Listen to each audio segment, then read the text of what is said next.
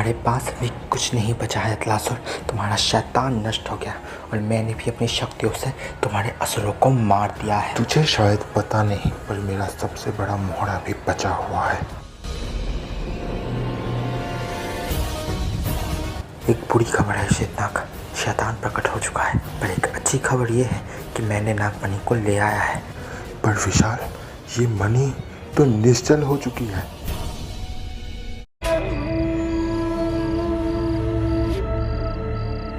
ऐसा कैसे हो सकता है शेतनाग?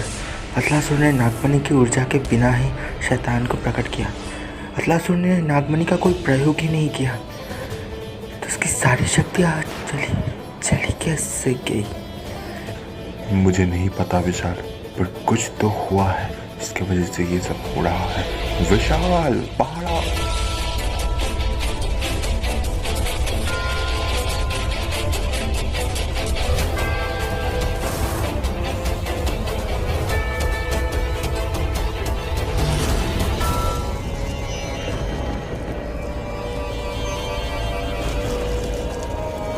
अतलासुर के पास पंख, पर वो तो एक असुर है।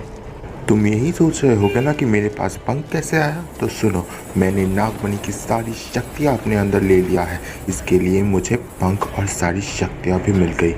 मैं पहले असुरों का सरदार था, पर तुमने मेरे सारे प्यादों को मार दिया, बाकी असुरों को भी मार दिया। तुम्हें लगा था कि तुम जीत गए, पर मैंने एक चाल तुमसे पहले दी है। और हाँ, नागमणि की शक्ति वापस लाने के लिए जो चीज़ की ज़रूरत है उसके बारे में तुम्हें शेतनाग बताएंगे।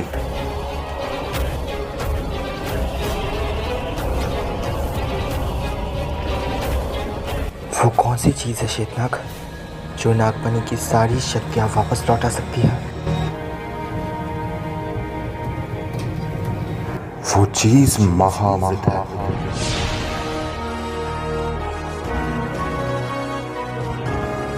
क्या? हाँ विशाल, नागमणि की अगर शक्ति चली जाए तो दो ही चीज उसकी शक्तियाँ वापस ला सकती है। एक है शिव जी खुद और दूसरी है महाअमृत, जो तुम्हें अब लाना हो। मतलब उन असुरों ने ये सब कुछ जानबूझकर किया था। वो जानते हैं कि नागमणि को बचाने के लिए महाअमृत लेने ज़रूर जाऊंगा, और जब मैं नागमणि को बचा लूँगा तो वो मुझसे ना महाअमृत छीन लेंगे। विशाल, मुझे यही लगता है कि इस वक्त अमृत लाना सही नहीं होगा। पहले उन असुरों को मार दो, फिर तुम अमृत को ले आना। नहीं शेतनाग, मैं इतना बड़ा जोखिम नहीं उठा सकता।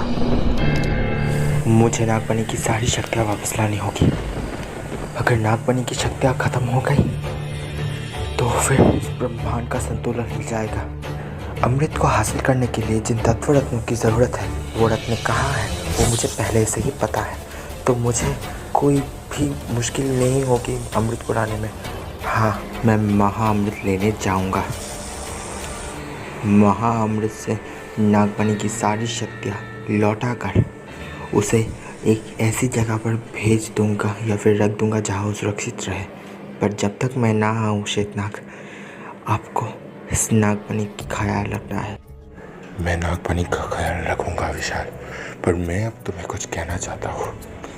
इससे पहले कोई भी नाग या नागिन महाअमृत तक नहीं पहुँच पाया है। तुम अगर पहुँच जाओगे तो तुम वो पहली नाग होगे जो ये काम को पूरा कर पाया है। तुम्हारे लक्ष्य तुम्हारे करीब है, पर रास्ता बहुत ही ज़्यादा कठिन। इन रास्तों में जब ही दिल घबराएगा, ऐसा लगेगा कि तुम अब लड़ नहीं सकते, तो अपनी आंखें बंद करना और शिव जी को स्मरण करना, वही तुम्हें तुम्हारी दुविधा से निकाले। ठीक है, मुझे नागमणि दो, मैं जाकर इसे कहीं सुरक्षित जगह पर रख देता हूँ। मैं उस हवेली में नहीं रहूँगा, कहीं और रखूँगा नागमणि को।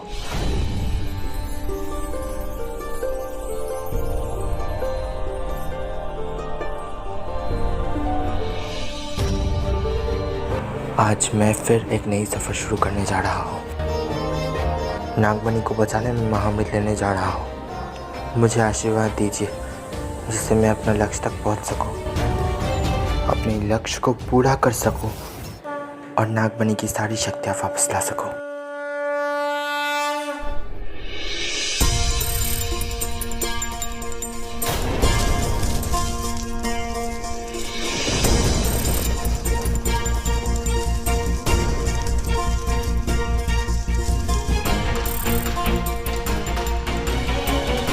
अरे आप सब यहाँ पर एक साथ? अब हम तुमसे सवाल करेंगे, ना कि तुम हमसे। तुम हमसे सवाल करने की सारी अधिकार खो चुके हो। अब कोई सवाल जवाब नहीं होगा, सीधा डांट दिया जाएगा। क्या मतलब? और आप सब मुझसे ऐसे क्यों बात कर रहे हो? आप शायद भूल रहे हो कि मैं आपका नागराज हूँ। तू राजा होगा बाद में, पर सबसे पहले तू हमारे नागलों के नाग नागिनों का कातिल है। तेरा हाथ उनके खून से सने हुए है और उसी का सजा आज हम तुझे देंगे। शायद शंखचूड़ जो खेल रहा था वो खेल अब शुरू हो गया है, इसीलिए ये नाग मुझे गुनहगार समझ रहे हैं। मैं क्या करूं? पकड़ लो इसे कस के। हाँ बिल्कुल।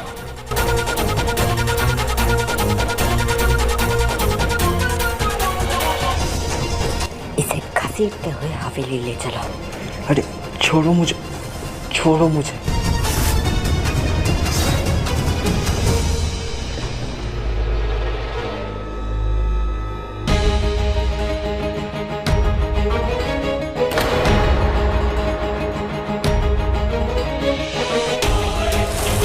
आप सब ऐसा क्यों कर रहे हो? ऐसे मुझे आके यहाँ पर पटक दिया। अभी तो सिर्फ पटका है, अब आगे आगे देखो हम तुम्हारे साथ क्या करते हैं। क्यों आप लोग भूल गए कि मैं एक नागराजा हूँ, और अगर मैं चाहूँ तो आप सबको दंड दे सकता हूँ। तुम हमें क्या दंड दोगे? हाँ, खुद एक पापी हो और हमें दंड दोगे? हम तो सिर्फ उन नाग नागिनों को इंसाफ दिला रहे हैं जिनको तुमने मार कर उन्हें खा दिया था। ज़्यादा देर मत करो, उस पर वार करो और उसकी सारी शक्तियाँ उससे छीन लो। अपनी सीमा के अंदर रहो मूर्ख, वरना एक राजा पर वार करने से बहुत बड़ी दंड मिलेंगी तुम्हें। तुम लोग खड़े होकर देख क्यों रहे हो? वार करो इस पर। इसकी शक्ति हम पर हावी हो रही है। दूसरी बार अगर मुझे हाथ लगाने की कोशिश की तो ऐसे पटकूंगा नहीं, मार डालूंगा।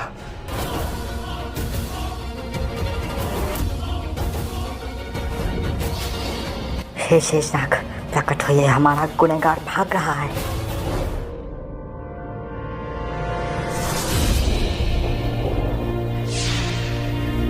विशाल, तुम एक राजा हो और ये तुम्हारी प्रजा, और राजा प्रजा की बात मानने के लिए बाध्य है और तुम नहीं हो।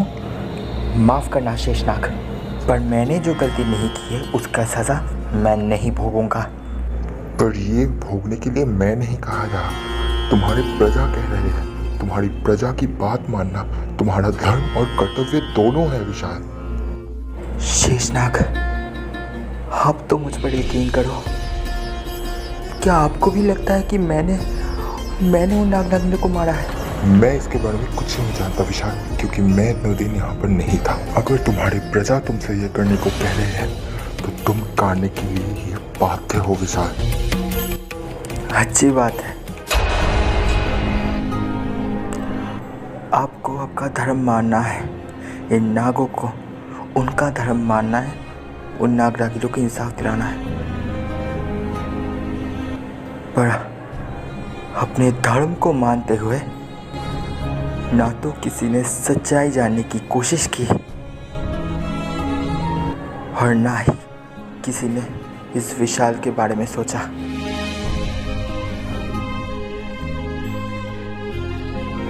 इसके ऊपर क्या बीत रहा है?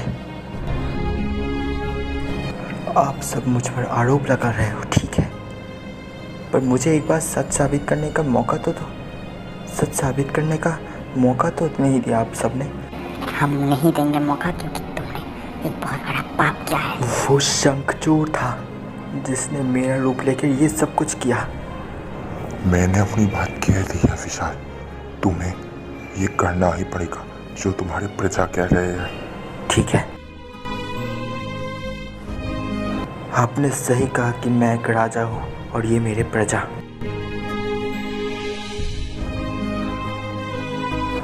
अपने प्रजाओं की इच्छा पूरी करना एक राजा का कर्तव्य होता है। मैं भी इन सब के राजा हूँ, तो मैं अपना कर्तव्य निभाऊंगा। अगर मेरे प्रजा चाहते हैं कि मैं अपनी सारी शक्तियाँ त्याग कर एक मामूली इंसान बन जाऊँ, तो वो मुझे स्वीकार है।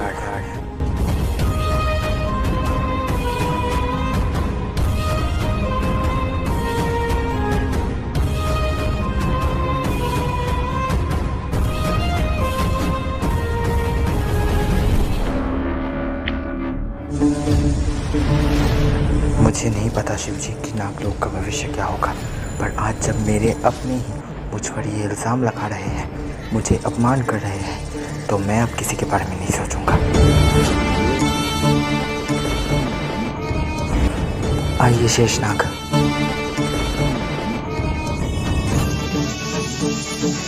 ले लीजिए मेरी सारी शक्तियाँ।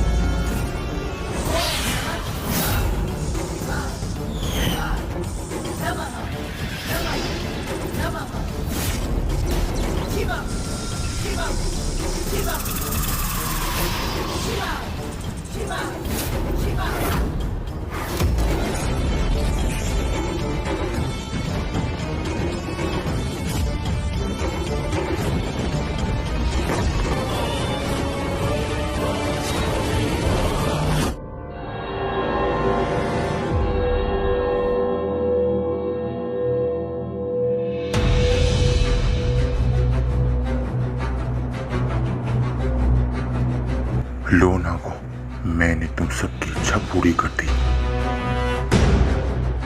शुक्रिया शेषनाग कि अपने इस पापी की सारी शक्तियाँ छीन ली। अब इस पापी को धक्के मार के हवेली से बाहर निकाल दीजिए।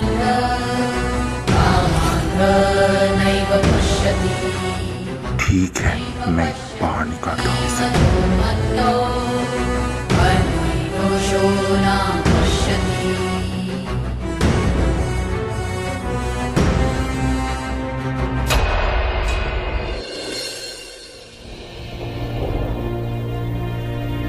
अरे क्या हुआ विशाल, ऐसे इस हवेली के सामने क्यों खड़े हो?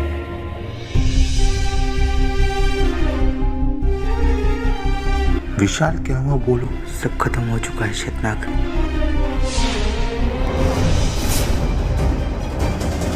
तुम क्या कहना चाहते हो? जिन नाग नागिनों को मैंने अपना परिवार माना था, उनको सगा माना था, आज उन्होंने मुझ पर इल्ज़ाम लगाया। उन्हें लगता है नागलोक के जिन नाग नागिनों की मौत हुई है, उसकी वजह मैं हूँ। उनका शक करना जायज़ है, क्योंकि शंखचूड़ मेरा चेहरा लेकर वो सब किया था। पर फिर भी वो तो मुझे अपनी बेगुनाही साबित करने का मौका दे सकते थे ना। उन्होंने मौका नहीं दिया शेषनाग। हमारे शेषनाग कुल के कर्ता धर्ता, जिन्हें मैं अपना गुरु मानता था, उन्हीं शेषनाग ने भी मुझ पर अपने धर्म के रक्षण के लिए मुझसे मेरी सारी शक्तियाँ छीन ली। मामूली इंसान बना दिया। उन नाग नागिनों को अपने आप को साबित करना था। शेषनाग को उनकी धर्म की रक्षण करनी थी। उन्होंने वो सब किया जो उन्हें करना था, पर इन सब के बीच किसी ने भी मेरे बारे में नहीं सोचा। और जब उन्होंने मेरे बारे में नहीं सोचा, तो अब मैं भी उनके बारे में नहीं सोचूंगा। किसी शत्रु को कह ढाना है तो ढाए, अगर विनाश होना है तो हो जाए, पर मैं नाग हवेली और नागलोक की तरफ मुड़कर भी नहीं देखूंगा।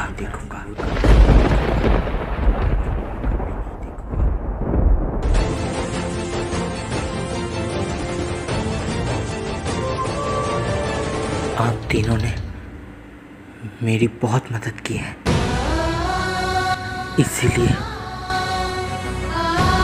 मैं आपसे कह रहा हूँ, अगर स्वयं की रक्षा करना चाहते हैं, जीवित रहना चाहते हैं,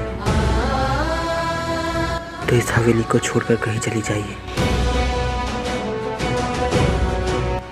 वरना उन्हें लगेगा कि आपने इस कातिल का साथ दिया है और वो आप सबको भी मार देंगे। जलेश्वरी माँ बनने वाली है। अमरीश, शेतनाग, आप खुद भी आप तीनों का ख्याल रखना। मैं तो जीवित नहीं रहूँगा, इसलिए मेरी आखिरी इच्छा ये है कि आप सब ठीक रहें और जलेश्वरी के कोख में शंखचूड़ का जो अंश है वो पवित्रता का प्रतीक बने। ये तुम क्या कह रहे हो विशाल?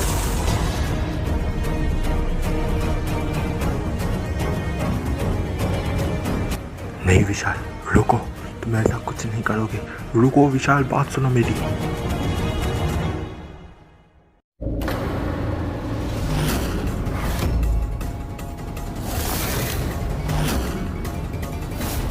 मैंने आग लगा दिया है शैतान। अब तक तो विशाल को पता भी चल गया होगा कि सिर्फ महाअमृत ही है जो नागमणि की सारी शक्तियाँ वापस ला सकती है। ऊपर से शंखचूड़ ने जो किया था उसका फल अब विशाल को भोगना पड़ेगा। इसलिए विशाल के आराध्य शेषनाग ने खुद उससे उसकी सारी शक्तियाँ छीन ली है। अब तो उसे महाअमृत लेने जाना ही पड़ेगा। मूर्ख तो मतलासुर, विशाल के नागलोक वासियों ने उसका इतना बड़ा अपमान किया है, इसके बाद भी तुम्हें लगता है कि वो महाअमृत लेने जाएगा? उसके सम्मान पर ठेस पहुंची है, वो कभी नहीं आगे आएगा उनके बचाने। आप विशाल को ठीक से जानते ही नहीं है शैतान, इसलिए इतनी बड़ी बात कह रहे हैं। उसके अपने उसे कितना भी दुख क्यों ना पहुंचाए, वो हमेशा उनकी रक्षण के लिए आगे आता है और इस बार भी वो आएगा, देखना।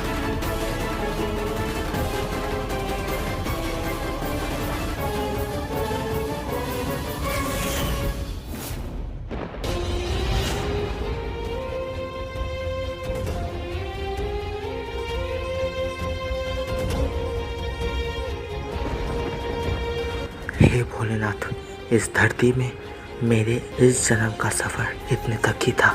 मैंने कभी नहीं सोचा था कि मेरे नागलोक वासियों मेरे साथ ही व्यवहार करेंगे, पर अब नागलोक और उनका रक्षा करना।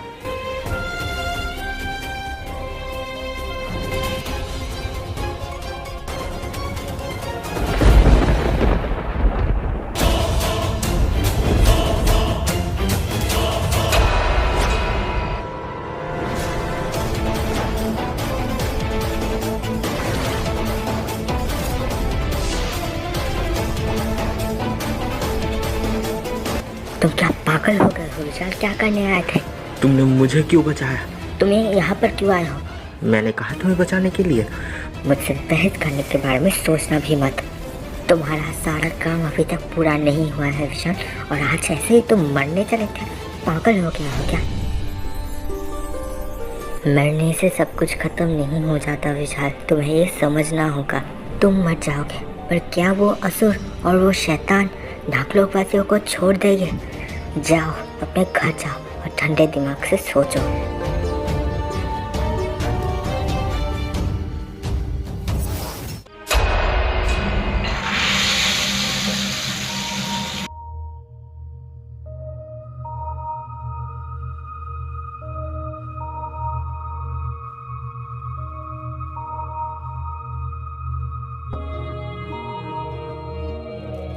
शेषनाग, इस पापी से इसकी सारी शक्तियाँ छीन लीजिए और इसे एक मामूली इंसान बना दीजिए।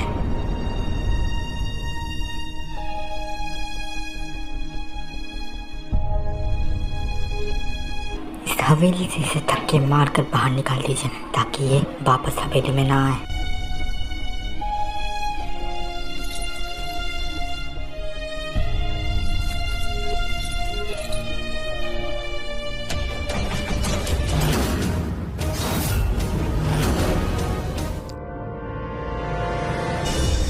हे कर्पूर गौरम, हे सदाशिव, क्या करूं मैं? मुझे कुछ भी समझ नहीं आ रहा। आज मेरा इतना बड़ा अपमान हुआ, उन्होंने किया जिन्हें मैं अपना परिवार मानता था, पर इसमें तो उनका कोई दोष नहीं है शिव जी। शंखचूड़ ने मेरा रूप लेकर ये सब कुछ किया, इस वजह से उन्हें लग रहा है कि उन सारे नागिनों को मैंने मारा है। और उन्हें तो ये भी पता नहीं था कि शंखचूड़ वापस आ चुका है। ये सब कुछ ठीक है, पर मैं अपने मन का क्या करूं? मेरा मन मान ही नहीं रहा शिव जी कि ये सब गलतफहमी की वजह से हुआ है। इस वक्त मुझे सिर्फ इतना ही पता है कि आज मेरा इतना बड़ा अपमान हुआ है, और वो भी मेरे अपनों ने किया है। क्या करूं मैं शिव जी? अपने कर्तव्य को चुनूं या फिर अपने आत्मसम्मान को? अगर आत्मसम्मान को चुनूंगा तो मेरा कर्तव्य कभी नहीं पूरा होगा, और अगर कर्तव्य को चुनूंगा तो मेरे सम्मान का कोई मोल ही नहीं रहेगा।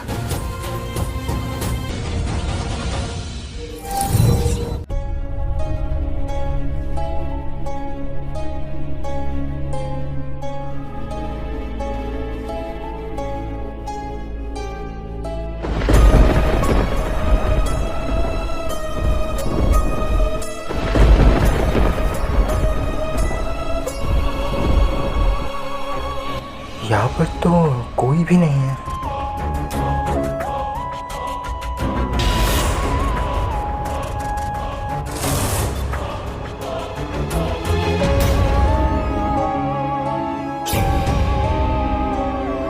छत की तरफ कौन जा रहा है?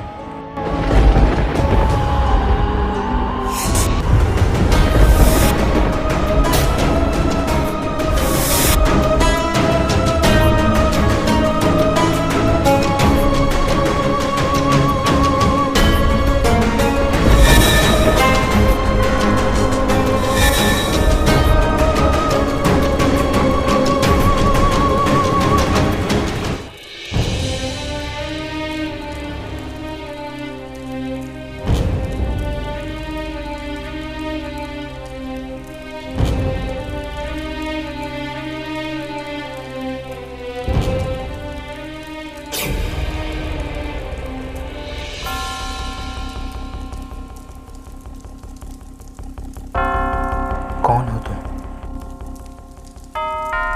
और तुम्हारे कपड़े हूबहू मेरी तरह क्यों है?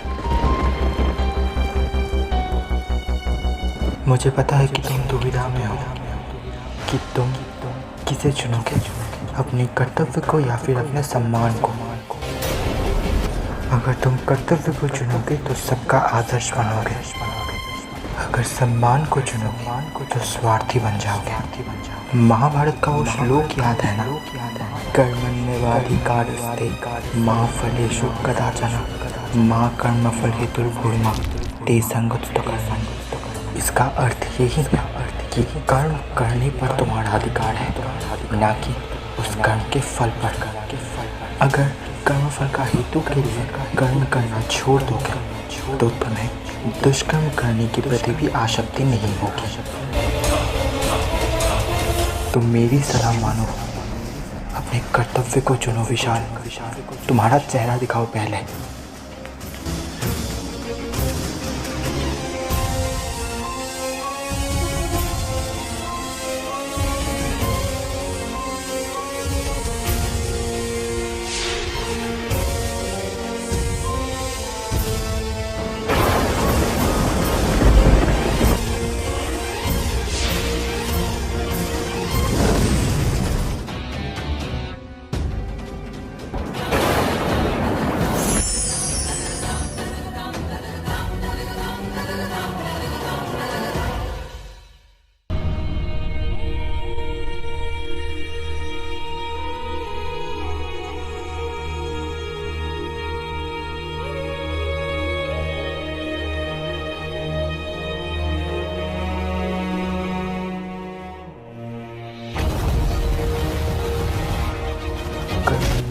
कार्तिका फलेषु कदाचन माँ कर्म फलितर्भूमा ते संगतो कर्मणि।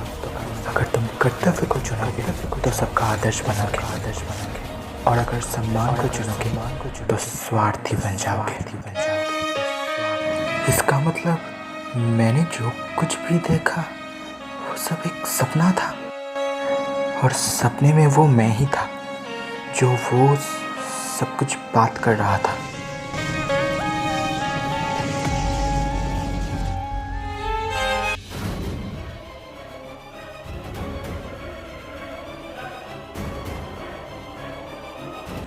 कर्मण्येवाधिकारस्ते मा फलेषु कदाचन मा कर्मफल हेतुर्भूर् मा ते संगतो कर्मणि।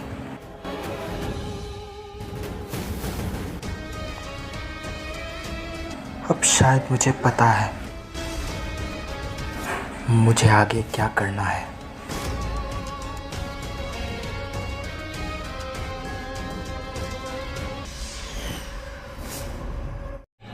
तुम्हें मैं कैसे बताऊं विशाल, तुम्हें जीवित देखकर मैं कितना खुश हूँ। अगर तुम मृत्यु को प्राप्त हो जाते तो बहुत कुछ गलत हो जाता विशाल। शेतनाग, आप मुझे ये सब बाद में भी बोल सकते हो, पर इस वक्त मैंने आपको यहाँ पर एक फैसला सुनाने के लिए बुलाया है। कैसा फैसला विशाल? हाँ, यही कि मैंने फैसला लिया है कि मैं महाअमृत को लेने जाऊंगा। हाँ, किसी ने मुझसे कहा था कि अगर तुम अपने कर्तव्य को चुनोगे तो सबका आदर्श बनोगे, और अगर अपने सम्मान को चुनोगे तो स्वार्थी बन जाओगे।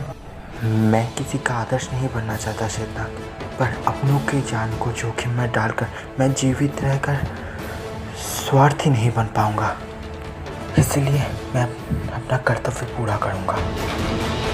उन नागों ने ये सब किया, पर इनमें उनका कोई दोष नहीं था, क्योंकि उन्हें पता ही नहीं था कि शंखचूड़ ने मेरा चेहरा लेकर वो सब कुछ किया। इसलिए मैं जाऊंगा, और वैसे भी एक दिन से नागपनी की शक्तियाँ नहीं हैं, इसलिए कई जगह पर वान आ चुके हैं। और अगर दिन बढ़ता गया और नागपनी की शक्तियाँ वापस नहीं आई शेतनाग, तो इस ब्रह्मांड का विध्वंस हो जाएगा, क्योंकि नागमणि इस धरती के पंच तत्वों का परिचालक है। तो इसलिए अगर नागमणि निश्चल हो गई तो ये पंच तत्व या तो काम नहीं करेंगे या फिर अपना रौद्र रूप धारण करेंगे, और इस वक्त उन्होंने अपना रौद्र रूप ही धारण किया है। इसलिए मैं अमृत को लेने जाऊंगा शेतनाग। तुम जो कह रहे हो वो मैं मान लेता हूँ, पर तुम बताओ कैसे लड़ोगे ये सब? कैसे अमृत को हासिल करोगे? कैसे पंचतत्वों को जीतोगे? क्योंकि तुम्हारे पास तो कोई दिव्य शक्तियाँ ही नहीं है ना, तो तुम कैसे करोगे? इस समस्या का हल कैसे निकालोगे विशाल? ये बात बताओ मुझे। शेतनाग, भले ही मेरे पास मेरी दिव्य शक्तियाँ नहीं हैं, पर मनुष्य का एक सबसे बड़ा शक्ति है संकल्प, और अगर संकल्प अटल है तो वो मौत को भी लौटा सकता है। बस तुम्हारी जुबान से मैं यही सुनना चाहता था विशाल।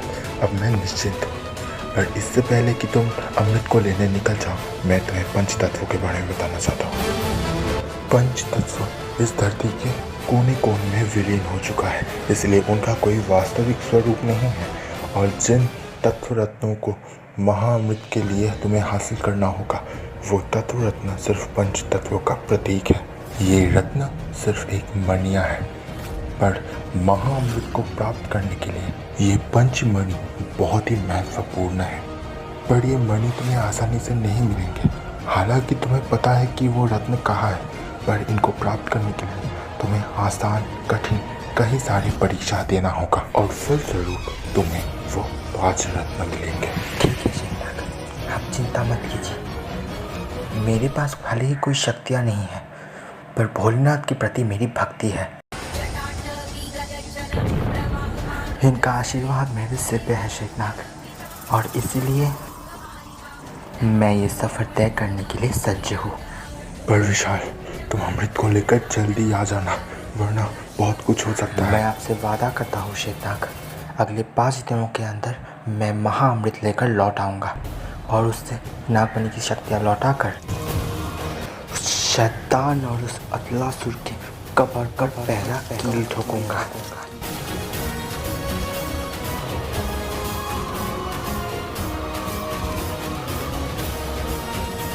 हे भोलेनाथ, आशीर्वाद कीजिए, मैं एक नया सफर शुरू करने जा रहा हूँ।